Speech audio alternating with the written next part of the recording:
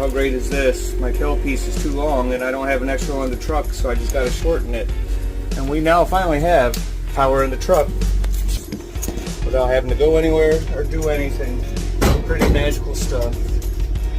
My rocker here.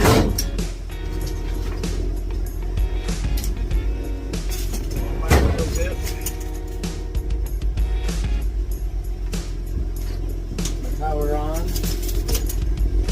The power on. When I turn the power strip off, that shouldn't even go off. It cuts it off on top. It's better to shut everything off and not bring that bad boy kick on. Immediately wired right there. Wear your safety glasses, kids. I'm going out of frame, so I'm not a hypocrite.